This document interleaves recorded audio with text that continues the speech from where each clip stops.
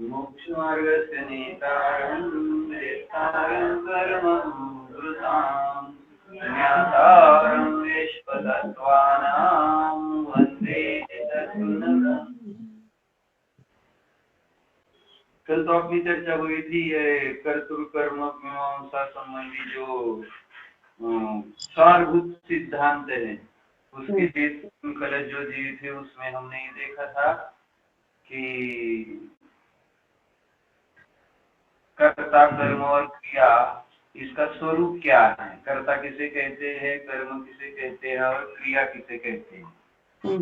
फिर कि कर्ता कर्म और क्रिया एक प्रत्येक की अपने अपने में होती है, ये दूसरे में कहा था। और ये तीन अलग अलग नहीं है, कर्ता एक में भी कर्ता अलग कर्म और क्रिया अलग ऐसा नहीं, तीनों एक ही है। जैसे श्रद्धा ज्ञान चारित्र कहते हुए वो तीन भेद रूप से कहे गए हैं, लेकिन आत्मा ऐसे भेद रूप है नहीं, ये तीनों एक आत्मा ही है। ऐसे ही कर्ता कर्म और क्रिया भी किसी भी वस्तु में जो भी कार्य बनता है, क्योंकि प्रत्येक वस्तु अनेकांतात्मक है तो उसमें ध्रुव और पर्याय है, दोनों को धर्म है ही, तो दोनों धर्म है तो उन दोनों की अर्थ क्रिया होने वाली ही है, गुण पर्यायात्मक वस्तु होती ही है।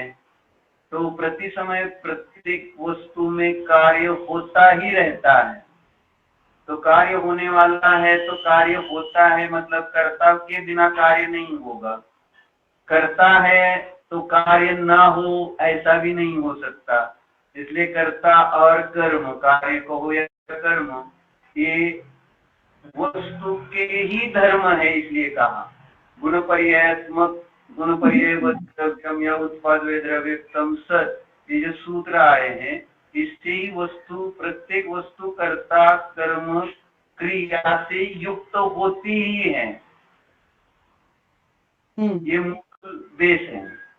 तो अब इसमें ही अनादि की भूल ये रही कि जो भी जिसमें क्रिया बनी, जो भी जिसमें कार्य बना, तो उस क्रिया और कर्म का कर्ता जो है उसको मैंने समझा नहीं था, या जो कर्ता है उस कर्ता की कौन सी क्रिया होती है और उस कर्ता का कौन सा कर्म होता है, ये भी अपने को समझ में नहीं आया था।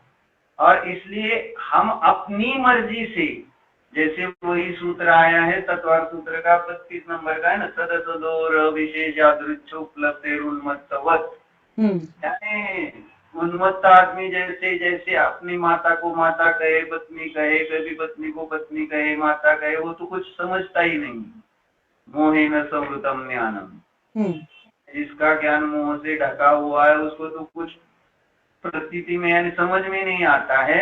इसकी जब चाहे जैसी मर्जी चाहे वैसा वो समझता है, ये है अज्ञान का कार्य।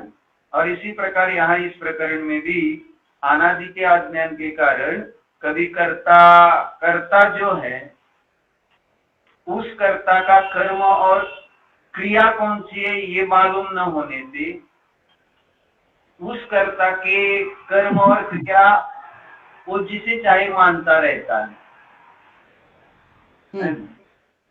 उस कर्ता के कर्म और क्रिया, और जो कर्म और क्रिया है उसका कर्ता भी पता नहीं है, और तब वह उस कर्म और क्रिया की कर्ता को भी किसी को भी मानता रहता है। फिर यानी अपने हिसाब से उसको समझता रहता है।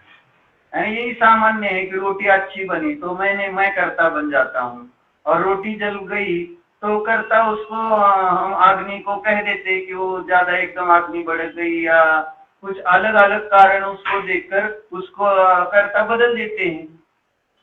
अज्ञान से कर्ता का कर्म और क्रिया का मेल नहीं बिठाया जिसे चाहिए, इसलिए कहा ना अभी उदाहरण के माध्यम से, और ये हम देखते ही रोज, यानी बदलते रहते हैं कर्ता को और बदलते रहते हैं कर्म और क्रिया को, और वो मेरी मर्जी से। वस्तु स्वभाव क्या है इसका भी मुझे विचार करने की जरूरत नहीं, जो मेरे प्रतिकूल हो जाए तो फिर वो उसके विरुद्ध कथन हो जाएगा, और अनुकूल हो जाए तो फिर उसके अनुकूल विचार करेगा। ऐसा कुछ नियम नहीं है, उसको पता नहीं है कि एक वस्तु होती है जो प्रति समय पर्याय अवस्थाएं हो रही है, वही उस वस्तु का कर्म या कार्य कहलाता है। जैसे पुद्गल द्रव्य है तो उस पुद्गल द्रव्य में स्पर्श रस गंध वर्ण गुण है, तो स्पर्श गुण का कार्य कौन सा है? ठंडा गर्म। वर्तमान में इसका अनुभव ज्यादा कर रहे हैं ना, अभी गर्मी है तो गर्मी का अनुभव आ रहा है, ठंडा तो पुद्गल द्रव्य की स्पर्श गुण की ठंडी और स्पर्श उष्ण एक पर्याय है, तो इसमें कर्ता कर्म संबंध घटाओ।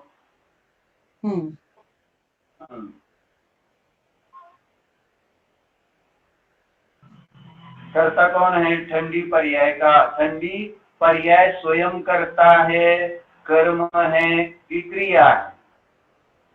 ठंडी अवस्था। अपने को तो स्पर्श गुण समझ में नहीं आता और न अपने को पुद्गल द्रव्य समझ में आता है। द्रव्य गुण तो अपने ज्ञान के लिए नहीं है, इंद्रिय ज्ञान की। इनको तो आत्मान से युक्ति से समझ सकते हैं जिसको समझना है, लेकिन इंद्रिय ज्ञान से सामान्य जीव को जिसकी अनुभूति आ रही है वो किसकी?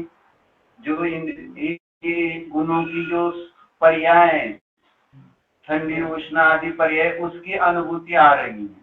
अब अज्ञान से इन्हीं पर्याय, अब ये पर्याय है, अवस्था है, ये समझता नहीं है यह जी, और इस कारण से उस पर्याय को ही कभी स्वयं कभी कर्ता करता है, कर्म करता है, क्रिया करता है, जबकि वह पर्याय करता है, कर्म है, क्रिया है कि अकर्ता है कि अकर्म है कि अक्रिया रूप है क्या वो चीज? जो ठंडे स्पर्श की जो परिणति है, ठंडा स्पर्श रूप परिणति, वो क्या चीज है? अब द्रव्य गुण पर्याय की अपेक्षा से तो हमने समझ लिया, लेकिन कर्ता कर्म क्रिया की अपेक्षा से उसको क्या कहेंगे? कर्ता कहेंगे, कर्म कहेंगे कि क्रिया कहेंगे? कि ये तीनों में से एक भी नहीं कहेंगे इसको। बर्फ में जो ठंडापन आया है, प्राप्त हुआ है, तो उसके ठंडेपन रूप जो पर्याय है उसका कर्म है, क्रिया है या ठंडा करता है? कर्म है, उसका कर्म है। तो इसमें कर्ता और क्रिया भी लगानी चाहिए, लगेंगी या नहीं लगेंगी? पहले तो ये, अब वो कर्म है तो वो पुद्गल उसका कर्ता होगा। पुद्गल द्रव्य उसका कर्ता है। और क्रिया, और उसकी जो परिणति माने उसमें जो परिणमन हो रहा है वो उसकी क्रिया होगी। ठीक है, सही। हाँ, लेकिन समझो, पर हम बाहर से आ गए और आपने एसी ऑन कर दिया और मुझे एकदम अच्छा लगा, तो उसका कर्ता कौन? यानी कौन लगता कौन है तो वो एसी ही, लेकिन मैंने एसी ऑन, तो हमें लगता है कि मैंने ही उस ठंडे पर्याय को उत्पन्न किया, यानी मैं करता और ठंडे पर्याय को उत्पन्न करना मेरा कर्म। हे असं चाललंय, असं नसतं, हे बरोबर आहे, पण इथं मला सांगू नाही, रोज विचारात घ्यायला पाहिजे. इथं तुम्ही चांगलं शिकता पण जीवनात उतरत नाही म्हणून दुःखी राहता, बाकी काय नाही. सुखी व्हायचंय तर ह्या गोष्टींना तर जीवनात उतरा, बोलू नका काय तुला. पण मग तुम्ही बोलता जास्त आणि करता कमी, किंवा करतच नाही श्रद्धांच्यात, आणि आचरण तर नाहीच नाही, आणि मग कसं तुम्हाला दुःख आणि येते तर किती चांगलं. इससे मुझे समझ में आता है कि अभव्य जीव को कैसे समय दर्शन नहीं होता और मोक्ष नहीं होता, यानी महिलाओं को ये सब आता अच्छी तरह से ही है हमारे। प्रत्येक विषय एकदम अच्छी तरह से समझते और बताते भी अच्छे, लेकिन घर में जाकर देखो तो सारा उल्टा ही बातचीत होता है। तो ऐसा क्यों होता है ये नहीं मुझे समझ में आया। तो चलो, कहने का क्या तात्पर्य था कि कर्ता कर्म और क्रिया का अच्छी तरह से ज्ञान होना जरूरी है, इसीलिए कुंद कुंदाचार्य ने भी समाचार में को कर्ता कर्माधिकार लिखा है। और ये लिखने का मूल प्रयोजन ये था कि अज्ञान के कारण हम उपादान और निमित्त की बात समझते नहीं। तो कर्ता कर्म अधिकार के माध्यम से जो निमित्त को कर्तृत्व देने का कार्य अनादि से चलता आया है, उस भूल को निकालने का यहाँ प्रयोजन रहा है। यानी कर्ता कर्माधिकार को या उपादान निमित्त अधिकार को तो भी चलेगा, क्योंकि इसमें आचार्य कुंद को निमित्त को भी अपनी निमित्त का अभाव नहीं करना था। निमित्त को जो कर्ता बनाकर कार्य का कारण माना जा रहा था, उसको निकालकर निमित्त अपनी जगह अपना काम करता है और उपादान अपनी जगह अपना काम करता है। निमित्त और उपादान में कर्ता कर्म नहीं है, लेकिन अपने अपने में प्रत्येक द्रव्य का अपने अपने में कर्ता कर्म रूप परिणाम समय होता रहता है। यह विज्ञान कर्ता कर्माधिकार के माध्यम से आचार्य को देख, क्यों अगर ये नहीं समझते हैं तो इसी के अज्ञान के कारण संसार चल रहा है। क्यों कैसे कहेंगे ये? क्योंकि कुंदाचार्य ने शुरुआत कर्ता कर्म के अधिकार की जहां से की है, उसमें क्या कहा? जावन वेदी विशेषंतरमादा आसवान दोन्नम्पि अन्नानि तावदुषु कोहादिषु वट्टदे जीवो कोहादिषु वट्टन्तस्य तस्य कम्मस्य संचयो होति जीवस्येवं बन्धो बनिदो फलसौ वदति। यानी आश्रव और आत्मा, इसमें कर्ता कौन है और कर्म कौन है? आश्रव आत्मा में कर्ता कर्म संबंध अगर विचार करने पर विचार करें तो कौन कर्ता और कौन कर्म है आश्रव और आत्मा में?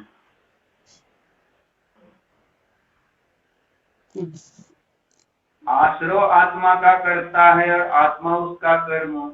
कि आत्मा आश्रव का कर्म, आत्मा आश्रव का कर्ता है और आश्रव उसका कर्म है। कि आश्रव ही आश्रव का कर्ता और कर्म है और आत्मा ही आत्मा का कर्ता और कर्म है। और इसीलिए तो ये दोनों में अंतर न समझने के कारण ही कभी आश्रव को कर्ता आत्मा का माना और आत्मा को आश्रव का कर्ता माना। यानी आश्रव को आत्मा का कर्ता और आत्मा को आश्रव का कर्ता।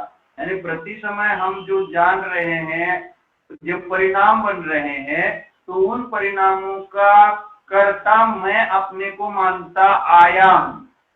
अब अशुद्ध निश्चय में से आश्रव आत्मा भाव आश्रव जो है उसमें कर्ता कर्म संबंध लगेगा, लेकिन यहाँ पर समय सार की अपेक्षा से यानी वस्तु स्वभाव की अपेक्षा से विचार करते हुए ये आश्रव आदि परिणाम भी जीव का कार्य नहीं है और जीव उसका कर्ता नहीं है। जीव तो ज्ञान का कर्ता है और ज्ञान उसका कर्म है। ये यहाँ पर बात आचार्यों को, यानी वस्तु अनादि अनंत जो वस्तु का कर्ता कर्म भाव है, अनादि अनंत जो वस्तु की व्यवस्था है, जो तत्व है, वो यहाँ पर स्पष्ट करना था, न कि यहाँ संसार तत्व को स्पष्ट करना। जब संसार तत्व को स्पष्ट करने जाएंगे तो वहाँ आश्रव और आत्मा में यानी भाव आश्रव और आत्मा में कर्ता कर्म संबंध लगाना भी पड़ेगा। ये भी बात आती है अशुद्ध निश्चय में। लेकिन मूल में यहाँ पर तत्व मीमांसा चल रही है, तो तत्व मीमांसा अंतर्गत मूल जो वस्तु जैसी अनादि अनंत है, तो अनादि अनंत वस्तु की अपेक्षा से कर्ता कर्म भाव बताया जा रहा है। क्योंकि जो आश्रव रूप परिणाम बन रहे हैं, वो आश्रव का कर्ता जीव क्यों नहीं कहा जाएगा? कारण सदैव वह उसका कार्य नहीं। यानी आश्रव यह जीव का नित्य कार्य होता तो फिर आत्मा को उसका कर्ता कहने में कोई बाधा नहीं थी। लेकिन देखा जाता है चौथे गुणस्थान से उसके आश्रव संबंधी का कर्तृत्व छूट जाता है, क्योंकि वह अंतर समझता है आत्मा और किसमें? आश्रव। आत्मा और आश्रव आत्मा और आश्रव में अंतर जानता है। फैन बन के लेना आपको जागराते आत्मा और आश्रव इसलिए आचार्य ने लिखा वहां पर अंतर नहीं जानेगा तो कर्ता कर्म की प्रवृत्ति बनती है। जो अंतर समझता है आत्मा और आश्रम में तो उसकी कर्ता कर्म प्रवृत्ति छूट जाती है। यानी हमारी अगर परद्रव्य में कर्ता कर्म रूप प्रवृत्ति बन रही है तो इसका मतलब हमें आत्मा और आश्रम में अंतर समझ में नहीं आ रहा है। साधी गोष्ट आत्मा का है आणि आश्रव का है, अंतर ठेवतच नाही मी, अंतर ठेवत नाही। विचार करके देखो, हमने आत्मा और आश्रव में आज सुबह से अभी जो चर्चा चली तब तक आत्मा और आश्रव में तो उन आश्रवों में और हम अपने आत्मा में अंतर न देखने के कारण हमारी उस आश्रव में प्रवृत्ति कर्ता रूप से हो रही है या उन आश्रवों को हमारा कर्ता बनकर हो रही है। ये दो कार्य बनते हैं और इसीलिए कुंदाचार्य को दिखाना था कि ये आत्मा जो है एक उन आश्रवों से भिन्न चीज है और उन आश्रवों का यह आत्मा कर्ता भी नहीं है और उन आश्रवों का आत्मा यह कर्म भी नहीं है। ये मूल भाव इसमें से पकड़कर हमें संसार से मुक्त कराना है।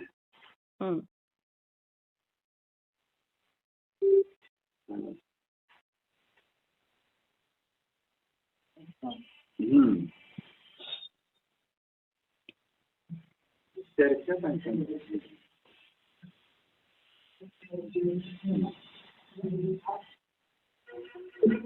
तो कर्ता कर्म का जब तक अज्ञान रहेगा तब तक आश्रमों से निवृत्ति नहीं होगी और आश्रमों से निवृत्ति नहीं होगी तो पर्याय में धर्म की सम्यक दर्शन की उपलब्धि नहीं होने वाली है, मोक्ष मार्ग की उपलब्धि होने वाली नहीं है। इसलिए कर्ता कर्म कर्तृकर्म मीमांसा के अंतर्गत यहाँ पर सारभूत सिद्धांत बताते हुए उन्होंने इतना ही कह दिया कि लक्षण समझो पहले कि कर्ता किसे कहते हैं। कर्ता किसे कहा? यह परिणमति सहकर्ता, जो परिणमता है वह कर्ता है, जो परिणाम है वह उसका कर्म है और जो परिणति है वह उसकी क्रिया है। कर्ता कर्म और क्रिया या तीन गोष्टी लक्षात ठेवाव्या लागतील। कर्ता कोण? कर्माने चाललेला है, ये हो रहा है। कर्ता बनकर कुछ ना कुछ कार्य कर रहे हैं, कुछ न क्रियाएं हो रही, या दूसरे को कर्ता बनाकर हम अपने में कुछ न कुछ कार्य कर रहे हैं, अपने में कुछ कार्य हो रहे हैं या कुछ क्रियाएं चल रही हैं। यानी स्वयं को दूसरे का कर्ता या दूसरे को स्वयं का कर्ता, इस प्रकार से कर्ता कर्म क्रिया का कार्य चलता है।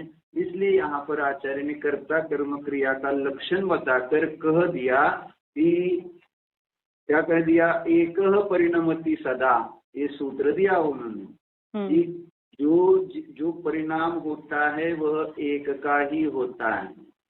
एक परिणमति सदा, है ना। प्रत्येक वस्तु अकेली सदा परिणमन, हाँ, एक प्रत्येक वस्तु अकेली सदा प्रति समय स्वयं परिणमती है। एक का ही सदा प्रति समय स्वतंत्र रूप से परिणाम होता है और एक की ही स्वतंत्र रूप से प्रति समय परिणति होती है, क्योंकि उक्त प्रकार से वे अनेक होने पर भी वस्तु एक ही है। कर्ता कर्म और क्रिया भले अनेक रूप से कहे गए हैं लेकिन वे अनेक नहीं है।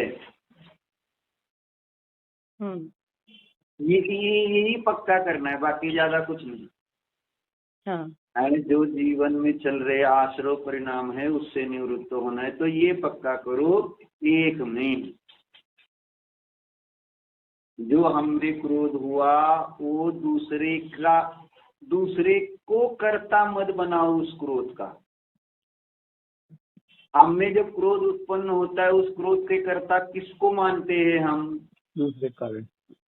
हाँ, दूसरे के कारण। दूसरे के कारण माने जो क्रोध कर्म हुआ माने कार्य हुआ उसका कर्ता मैंने अपने को नहीं माना, किसको? दूसरे को माना।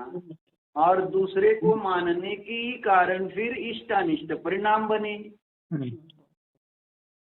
अगर ये ख्याल रहे कि नहीं जो मुझ में क्रोध कषाय बनी वो दूसरे के कारण बनती ही नहीं, इतनी ही सीख अगर थोड़ी सी लेकर उसको ही थोड़ा जीवन में उतारने का प्रयत्न करो तो अपने आप दूसरे के प्रति जो द्वेष भाव है, जो एक शत्रुता का परिणाम है, जो जुगुप्सा बनती है, जो वात्सल्य का अभाव है, तो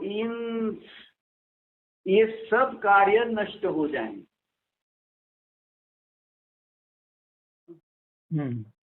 करना क्या है? बस जो मुझ में कषाय उत्पन्न हुआ उसका दूसरा पर कोई कारण नहीं, और ये प्रयत्न पूर्वक करना पड़ेगा। इसको परम पुरुषार्थ की आवश्यकता है। इसी अभ्यास का अभाव है।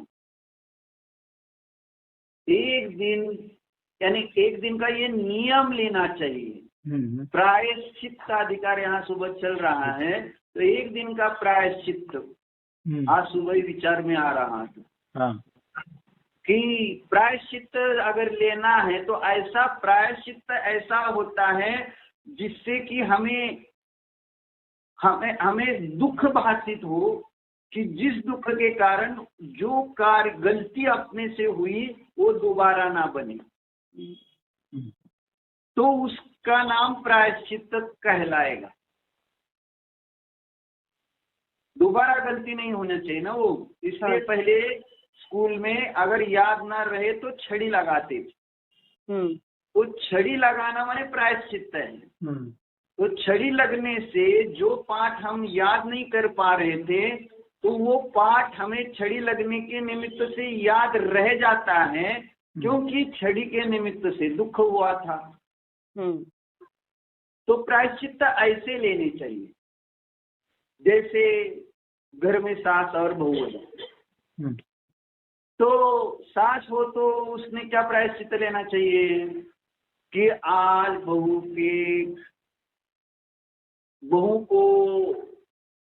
के काम में नहीं टोकेंगे। काय मिलन बरोबर आहे ना? कळलं का? टोकेंगे म्हणजे पेन्सिलला टोक करायचे नहीं? तो क्या करना? बहू को नहीं टोकेंगे माने क्या करेंगे? जो बहू काम कर रही है उसमें कुछ बोलना नहीं, जानना। क्या करना? ऐसा हो सकता है क्या? ये है प्राइस। क्योंकि अब बहू तो अपने हिसाब से नहीं चलने वाली, यहाँ सब साथे बैठी इसलिए। हाँ, तो बहू जो है वो अपने हिसाब से तो चलेगी नहीं कभी भी। ये तो पक्का है कि नहीं? पक्का है? काय बोलताय? आपले हिशोबाने चालणारच नाही का? साथे बैठेंगे। और हमें अब जब अपने हिसाब से नहीं चल रही है और हमें कुछ नहीं बोलना है तो ये प्रायश्चित कैसे रहेगा?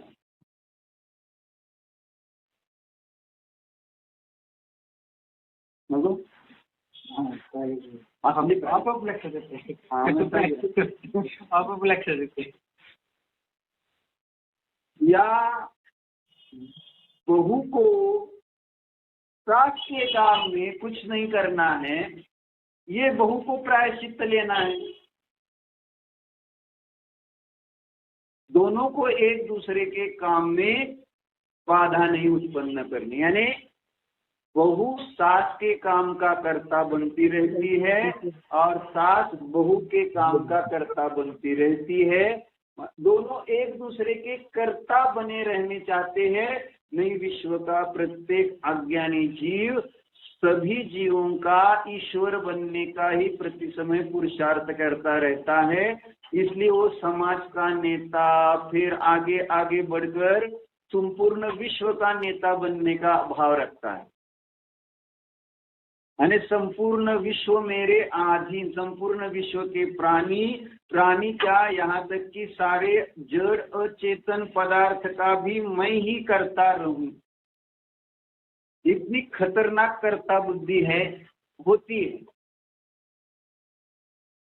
और इसलिए आचार्य लिख रहे यहाँ कि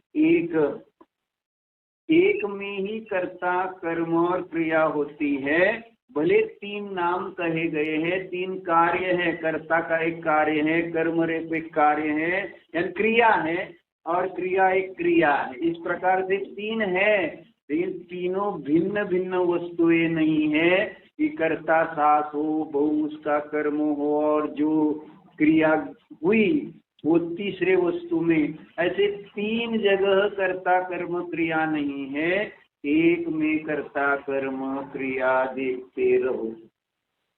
शांति का उपाय। नहीं तो फिर कितना भी कुछ भी करो नहीं हो सकता।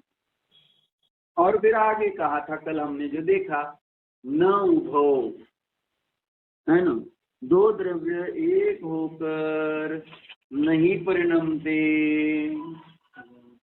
सदा का प्रति समय 2 द्रव्यों का एक परिणाम नहीं होता, और 2 द्रव्यों की प्रति समय एक परिणति नहीं होती, क्योंकि जो अनेक द्रव्य है, जो सदा अनेक ही बने रहते हैं, वे परस्पर समर्पण कर एक नहीं हो जाते। न हो, वे परस्पर समर्पण कर एक नहीं हो जाते। यानी हम जितने भी कार्य कर रहे हैं, पर के उस रूप हम नहीं हो रहे। ये कर्ता कर्म का सार ग्रहण करना है, और ये ग्रहण करते हैं तो वे जीव आश्रम से रहित हो जाते हैं। अब इसके संबंध में शंका समाधान चलता है, पढ़ते हैं। शंका, समय सार कलश में कहा है,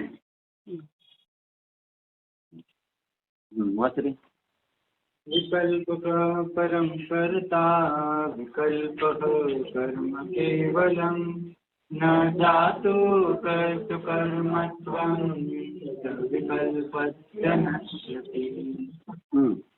अर्थ विकल्प पढ़िए। हाँ पढ़िए। हाँ भैया, विकल्प करने वाला सबसे बड़ा कर्ता है, और विकल्प ही उसका केवल कर्म है।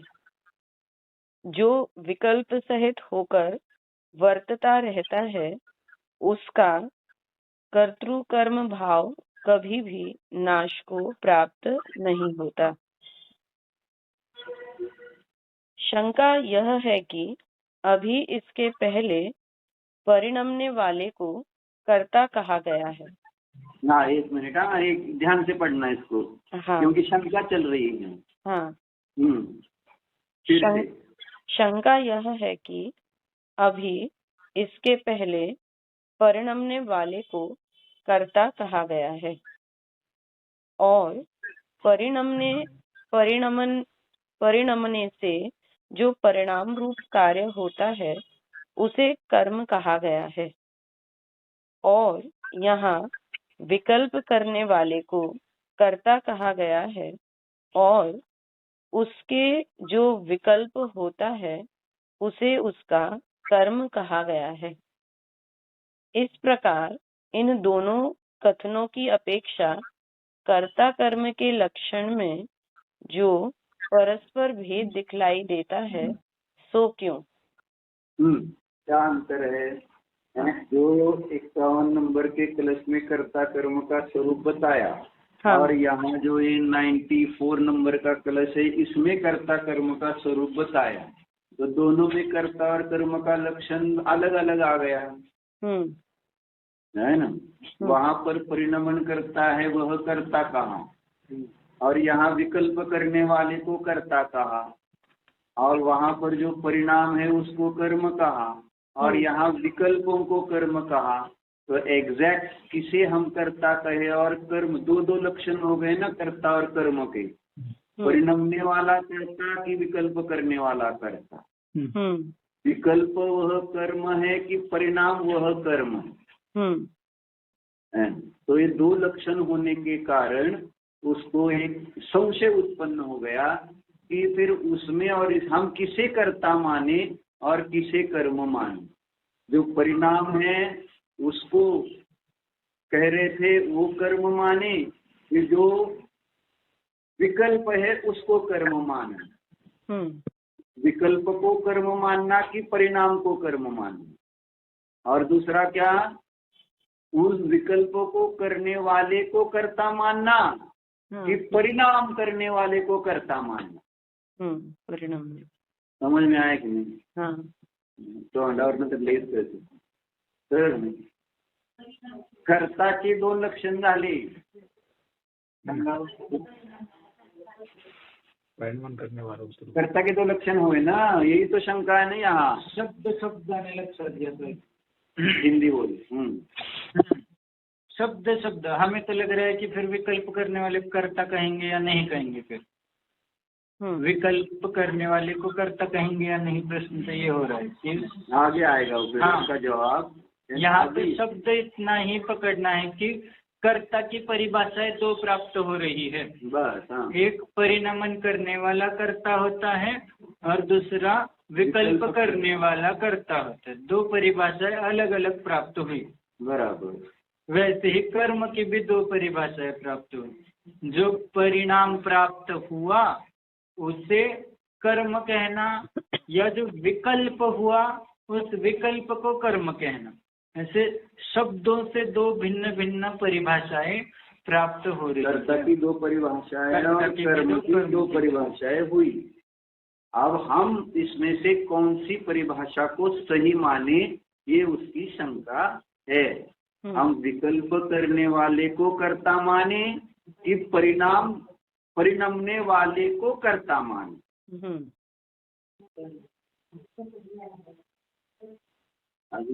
तुम्हें आगे सोच सकते। हाँ, अब इसका समाधान आगे करते हैं। शंका समझ में आए तो समाधान समझ में आए। समझ लो। हाँ, जो विकल्प और परिणाम में क्या अंतर है, ये प्रश्न है यहाँ पर। तो जो जो विकल्प है वह परिणाम है, लेकिन जो जो परिणाम है वह विकल्प हो भी और ना भी हो। क्योंकि उद्गल द्रव्य में परिणाम है लेकिन विकल्प नहीं, धर्म आकाश काल में परिणाम है लेकिन विकल्प नहीं है। तो जो जो विकल्प है वह तो परिणाम है, लेकिन जो जो परिणाम है वह विकल्प नहीं हो सकता। इसलिए यहाँ पर अब यहाँ जो शंकाकार, इसलिए तो जब इस कलश में विकल्प करने वाले को कर्ता कह रहे हैं और यहाँ परिणाम करने वाले को कर्ता कह रहे हैं, तो हम किसको समझे कर्ता? ये शंका बन रही है उसकी। परिणाम करने वाले को कहेंगे कि विकल्प करने वाले को, किसको कहेंगे?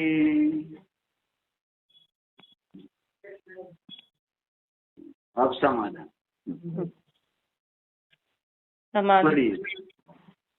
इन दोनों कथनों में पहला वस्तु स्वभाव की अपेक्षा कथन है। क्या कहा? ये दो जो कथन हुए कर्ता और कर्म के संबंध में, इनमें कह रहे जो पहला कथन है, माने जो परिणमता है वह कर्ता, और जो परिणाम है वह कर्म। तो ये कह रहे जो पहला कथन है वो वस्तु स्वभाव की अपेक्षा से है। प्रकृति में उसका वारण नहीं किया गया है, क्योंकि वह सभी माने हरण नहीं किया गया है। वारण माने उसका निराकरण नहीं किया जा रहा है। जो विकल्प की जो बात आई ना, विकल्प को कर्ता और विकल्प करने वाले को कर्ता और विकल्प को कर्म कह के। हाँ, तो इस वाक्य से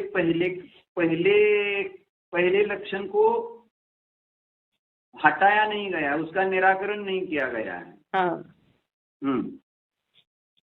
यानी यहाँ पर ये कर्ता का लक्षण विकल्प करने वाले को जो कहा जा रहा है, उस लक्षण से पहले लक्षण का निराकरण नहीं हो रहा। हाँ। मैंने निषेध नहीं कर रहा है ये दूसरा लक्षण पहले लक्षण का। ठीक है। क्योंकि वह सभी द्रव्यों में सर्वकाल समान रूप से पाया जाता है। कौन? पहला वाला जो लक्षण है परिणाम, यह परिणमति सहकर्ता, और उसका जो परिणमति सहकर्ता, यह जो कर्ता का पहला लक्षण है वह सभी द्रव्यों में सभी काल में समान रूप से रहने वाला है। यहाँ जो कथन किया गया है वह अज्ञानी जीव की सदा काल अपने अज्ञान भाव के कारण कैसी भूमिका बनी रहती है, यह बतलाना इसका प्रयोजन है।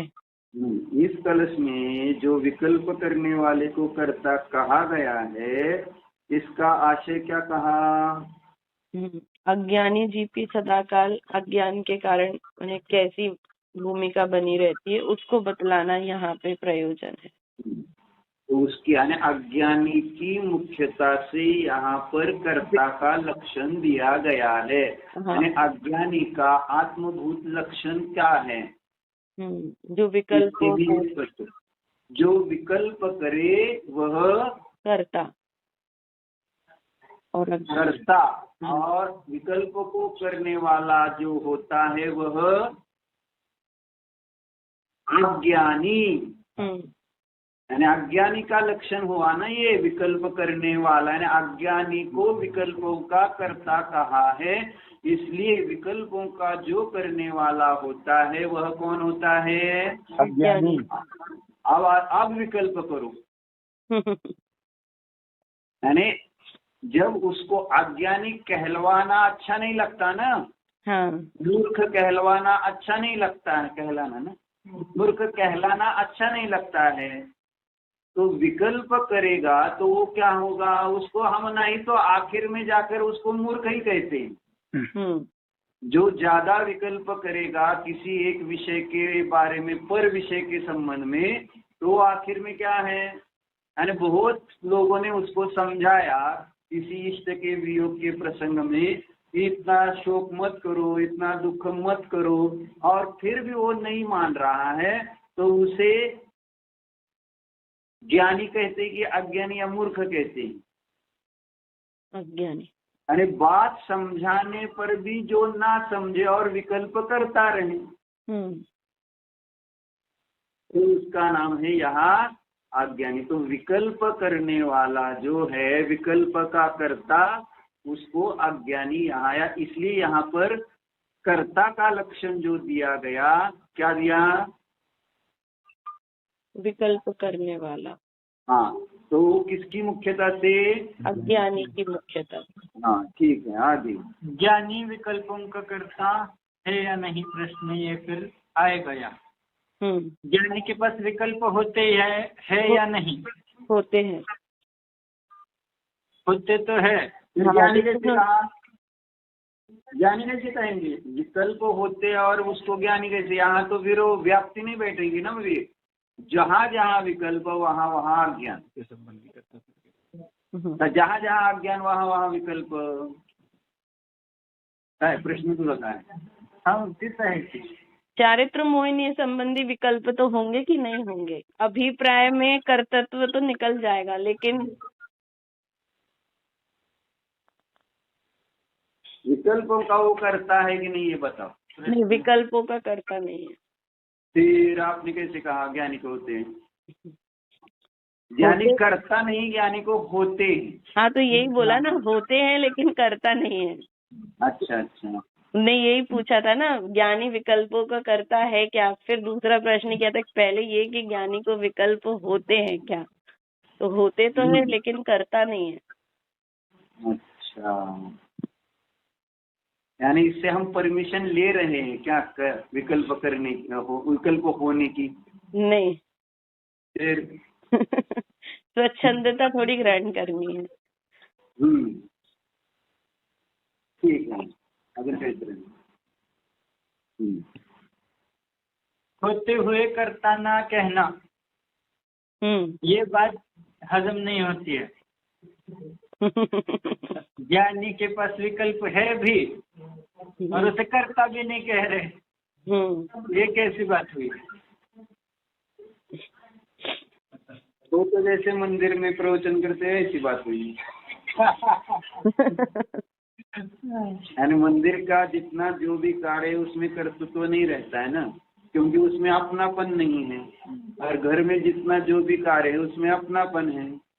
मंदिर का धन चोरी हो गया तो उसमें अपने को कोई दुख नहीं है, और अपने घर का धन चोरी हुआ तो हमें दुख है। भले घर भी अपना और मंदिर भी अपना ही कहेंगे, पर दोनों जगहों में क्रियाओं में फर्क है। वैसे मतलब अभिप्राय में फर्क है। वैसे ही विकल्प ज्ञानी के पास भी दिख रहे हैं, अज्ञानी के पास भी दिख रहे हैं, परंतु अभिप्राय में दोनों के अंतर है। वही यहाँ विकल्प रूप कर्ता बनकर अज्ञानी प्रवर्तता है, और वह ज्ञानी विकल्प रूप कर्ता ना बनते हुए भी उसके पास वह विकल्प मौजूद होते। महाराज जी की न्याय दीपिका की भाषा में बोलो तो ज्ञानी सदैव चार पैर की अपेक्षा से सविकल्प भूमिका में भी निर्विकल्प ही होता है। या जो कुंदाचार्य अमृत चंद्राचार्य भी कह रहे हैं 171-72 आदि गाथाओं में कि ज्ञानी के जो जितने मोह राग द्वेष आदि भाव होते हैं वे अबुद्धिपूर्वक ही होते हैं। इस कारण से ज्ञानी सदैव निर्विकल्प ही रहता है और अज्ञानी सदैव विकल्प रूप ही रहता है। इसलिए आगे कलश भी ऐसे दिए ना, ज्ञाता ज्ञाता ही है, ज्ञाता करता नहीं है, और कर्ता करता ही है, कर्ता ज्ञाता नहीं। और फिर बाकी पंचेंद्रिय और ज्ञानी तो विकल्प करते हुए दिखता है, और बाकी एक इंद्रिय आदि दो इंद्रिय आदि उनको बुद्धि नहीं है ऐसा कहा जाता है।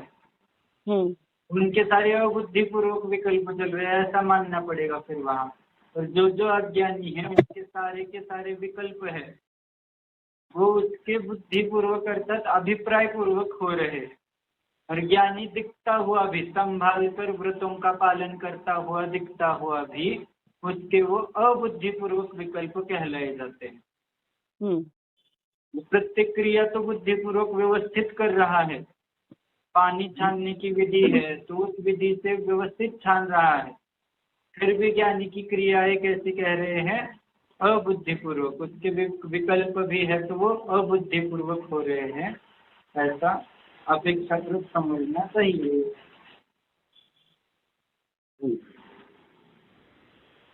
यहाँ पर कर्ता की अपेक्षा से लक्षण बताते हुए अज्ञानी की मुख्यता से विकल्पों को करने वाला ऐसा लक्षण किया गया है।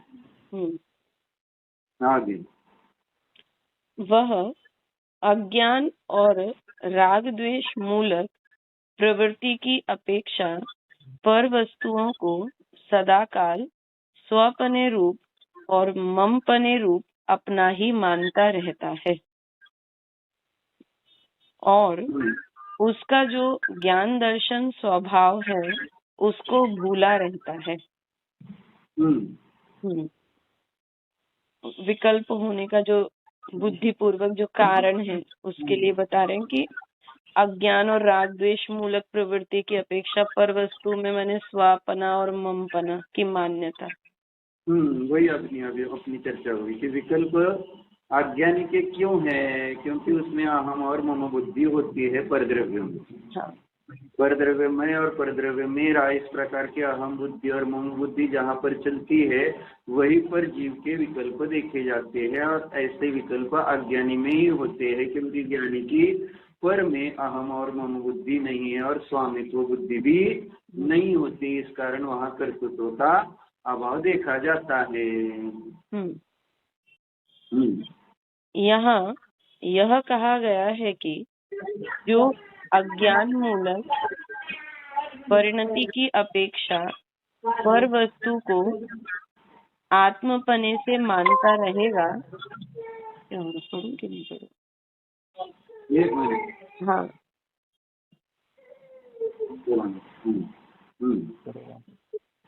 पढ़िए।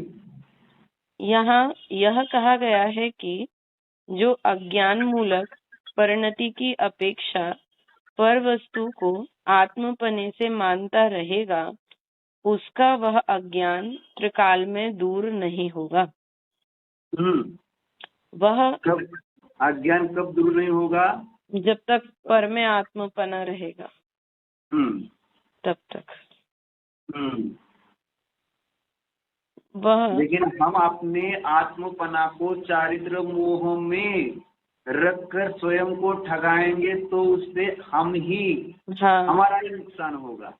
इसलिए आत्मपने का भी अपने को विचार करना है। इसलिए कहा कि ध्यान जब जितना करेंगे उन्हीं संस्कारों के निमित्त से अपनापन कम होता जाएगा। नहीं तो हम यहाँ थोड़ा सा सीख जाते हैं, पढ़ते हैं और फिर अपने कषायों को छुपाने के लिए फिर उसको चारित्र मोह का नाम देकर स्वयं महंत रहना चाहते हैं। ये टोडरमल जी की भाषा में। और प्राय थोड़ा सा अभ्यास समय सारा अध्यात्म करने वाले जो होते हैं वे महंत रहते हैं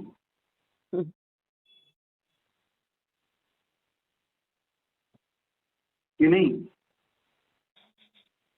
हेलो। हाँ भैया। हाँ, मैंने चारित्र मोह का नाम दे देकर अपने कषाय को, उसको कोई दर्शन मोह का नाम नहीं देता है।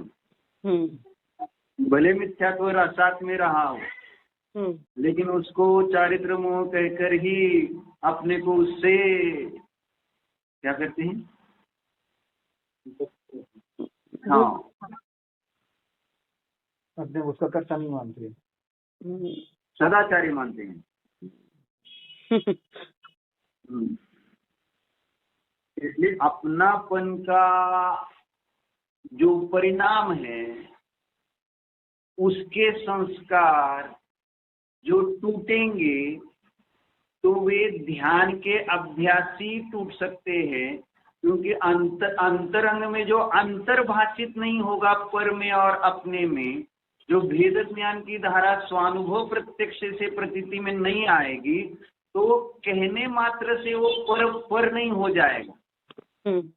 जो अपनेपन का संस्कार है वो ऐसे इसलिए कहा जितना चारित्र मोह बढ़ाते जाएंगे उतना वह दर्शन मोह की तरफ अपने को लेकर जाएगा। चारित्र मोह का संस्कार यानी वो अनंतानुबंधित रूप होता हुआ कब उसमें मिथ्यात्व का उदय आ जाए और पर में अपनापन इस जीव का हो जाता है।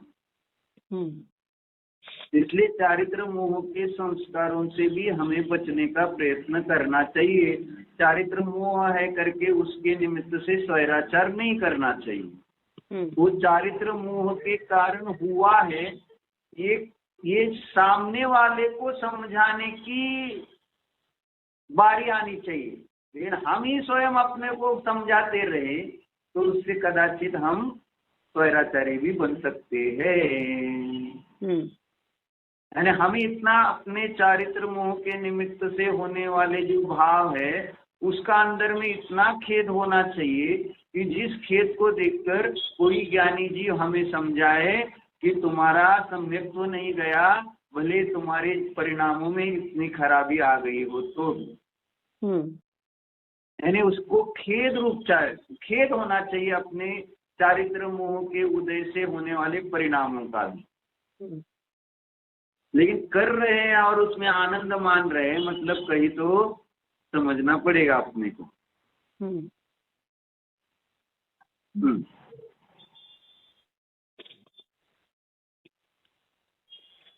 वह हाँ कुछ नहीं भैया। आगे वह सदाकाल उक्त प्रकार के विकल्प का ही अपने परिणाम स्वभाव के कारण कर्ता बना रहेगा। अर्थात ऐसे अज्ञानी जीव की उक्त विकल्प रूप कर्तृ कर्म प्रवृत्ति का पर्यवसान सदाकाल पर वस्तुओं में एकत्व पने और मम पने में ही होता रहेगा। वह मानता रहेगा पुद्गल नव धर्म अधर्म काल इनते न्यारी है, जीव चालता को न जान विपरीत मान, कर करहि देह में निज पिछान। मैं सुखी दुखी मैं रंग राव, मेरे धन ग्रह गोधन प्रभाव, मेरे सुतिय में सबल दीन, बेरूप सुभग मूरख प्रवीण। तो इस प्रकार के अज्ञानी की प्रवृत्ति परिणाम होते रहते हैं। किंतु जो ज्ञानी है, ज्ञान दर्शन चारित्र स्वरूप अपने आत्मा में ही स्थित है, उसके ऐसी कर्ता कर्म प्रवृत्ति का अभाव हो जाता है। तो इस प्रकार से ज्ञानी के परिणाम नहीं बनते हैं।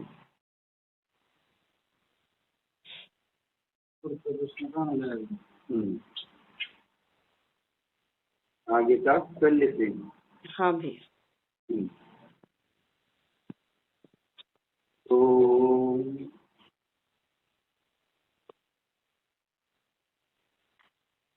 जानी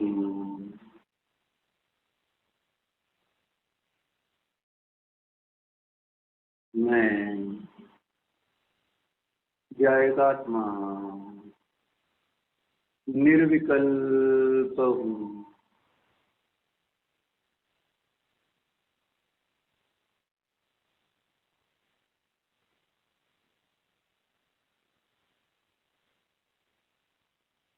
जायक हूँ, करता नहीं हूँ।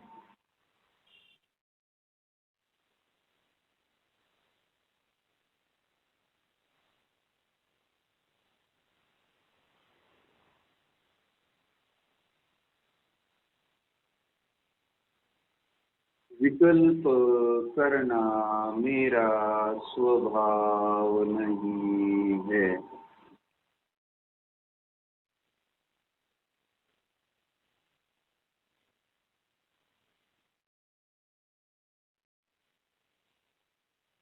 क्योंकि पर मेरा कुछ भी नहीं है।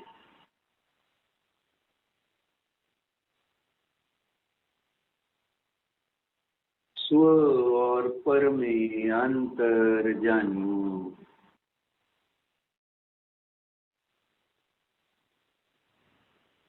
आत्मा और आश्रव में अंतर अनुभव कीजिए।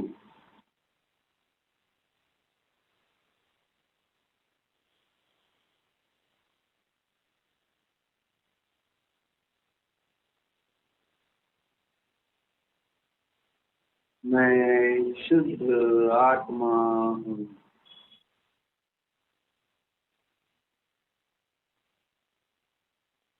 निराश्रव हूँ।